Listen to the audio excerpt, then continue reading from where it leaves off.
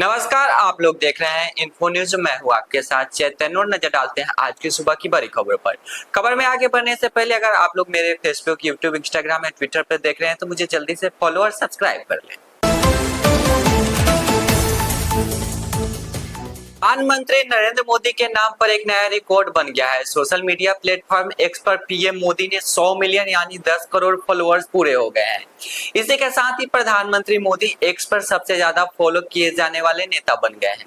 पिछले 3 सालों में पीएम मोदी के एक्स फॉलोअर्स में करीब 30 मिलियन की बढ़ोतरी हुई है। अनंत अंबानी और राधिका मर्चेंट की शादी के बाद आयोजित मंगल उत्सव में भोजपुरी अभिनेता खेसारी लाल यादव भी पहुंचे।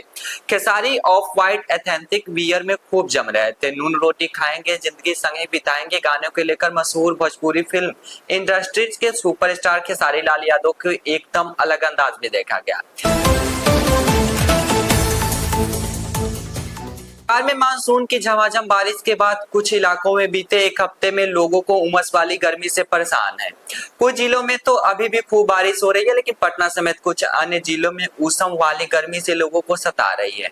मौसम विभाग के अनुसार अगले 3 दिनों तक मानसून की रफ्तार थोड़ी धीमी होने वाली है। 18 जुलाई तक मानसून का थोड़ा कम प्रभाव देखने को मिलेगा, जिस वजह से बारिश नहीं होगी और कुछ लोगों को गर्मी का सामना करना पड़ सकता है।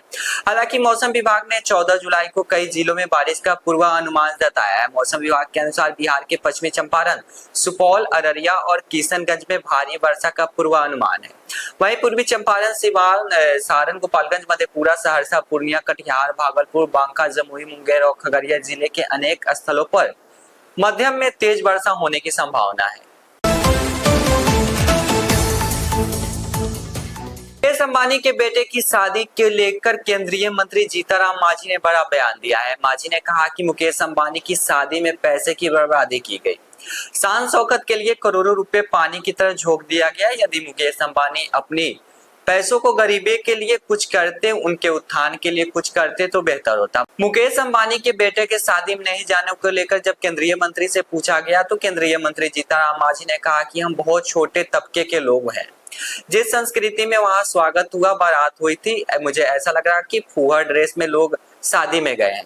सारा अंग हम देख रहे थे, वैसे हम अपनी बहू बेटी को कैसे ले जाते, इसलिए अंबानी की बेटी के शादी में नहीं गए, लेकिन शुभकामनाएं भेजने का काम किया है। जितना विपक्ष के नेता हैं तकरीबन सर अंबानी के बेटे के शादी में गए हुए थे।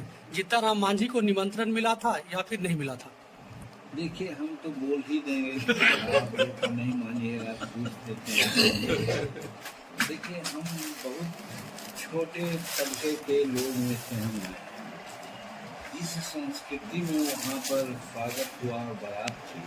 हमको ऐसा लगा कि हमारी पत्नी, हम लोग क्या आज देखा जिस प्रकार से उसको हम कहते हैं कि फुहर ड्रेस में लोग थे, सारा अंग हम लोग देख रहे थे, वैसा हम अपनी बेटी और बहू के सूट को वहाँ पर ले जा करके रखते। जिस प्रकार से लोग सूट और पैंट पहन करके वहाँ जाते हैं, कमर हिलाते हैं या नचते, वैसा हम करेंगे क्या? ऐसा हम नहीं सोचा कि इस तरह से होना मेरे लिए ठीक नहीं है, इसलिए हम उनको अलग से शुभकामनाएँ भिजवा दिए हैं। अपना जो ये क्या होता है वो न्योता हम भिजवा दिया है, लेकिन हम जाना इसीलिए उचित नहीं समझे कि उसी भव्यता में उतना जो उन लोगों का जो प्रदर्शन है अमीरी का, उस प्रदर्शन में हम सज नहीं पाएंगे, एडजस्ट नहीं कर पाएंगे, इसलिए हम काम करते हैं।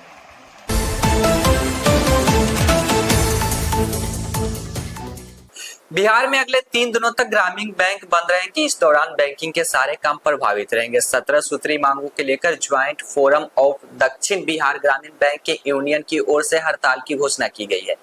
ऑल इंडिया ग्रामीण बैंक ऑफिसर्स ऑर्गेनाइजेशन के महासचिव राहुल वत्स ने इसकी जानकारी दी है। 13 जुलाई के महीने का दूसरा शनिवार और 14 जुलाई को रविवार को साप्ताहिक छुट्टी के चलते बैंक बंद था।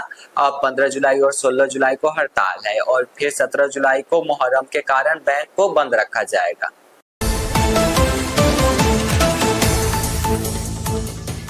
राजस्व एवं भूमि सुधार मंत्री डॉक्टर दिलीप कुमार जायसवाल ने कहा कि राजस्व कर्मचारी और उनके नीचे स्तर के मुंशी और दलालों ने भूमाफियाओं के साथ मिलकर स्थिति को गंभीर बना दिया है।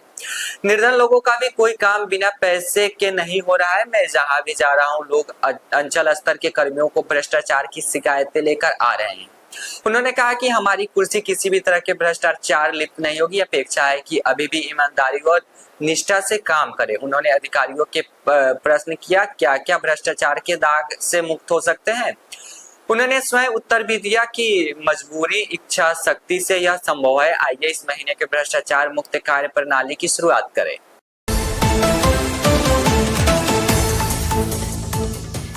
बिहार के पूर्व मुख्यमंत्री लालू प्रसाद यादव और उनका परिवार मुकेश अंबानी के छोटे बेटे अनंत अंबानी के शादी में जब से गया है, तब से एनडीए की तरफ से ताबड़तोड़ हमला किया जा रहा है।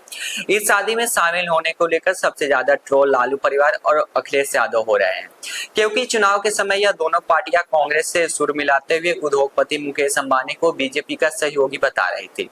लेकिन अब ट्रोलर्स को करारा जवाब देने के लिए लालू प्रसाद यादव की बेटी रोहिणी आचार्य ने मोर्चा संभाल लिया है और तीखा पलटवार किया है। रोहिणी आचार्य ने सोशल मीडिया एक्स पर लिखा है कि अंबानी परिवार के मांगलिक आयोजन में लालू परिवार को सम्मिलित होने पर भाजपा को बड़ा ऐतराज था और पेट में पड़ रहे मरोड़ का आलम तो कुछ ऐसा था कि बिहार भाजपा अपने एक्स ट्विटर पर पोस्ट किया कि जिस अंबानी परिवार को राजद ने विरोध किया उसके यहाँ पूरी खाने पहुंच गया। हताशा की प्रकाष्ठा में ये भूल गए बेचैन आत्मा भाजपा की आम चुनाव के दौरान उनके आका ने भी अंबानी को चोरी के माल वाला कारोबारी बताते हुए कांग्रेस अंबानी के बीच डील होने का आरोप लगाया था।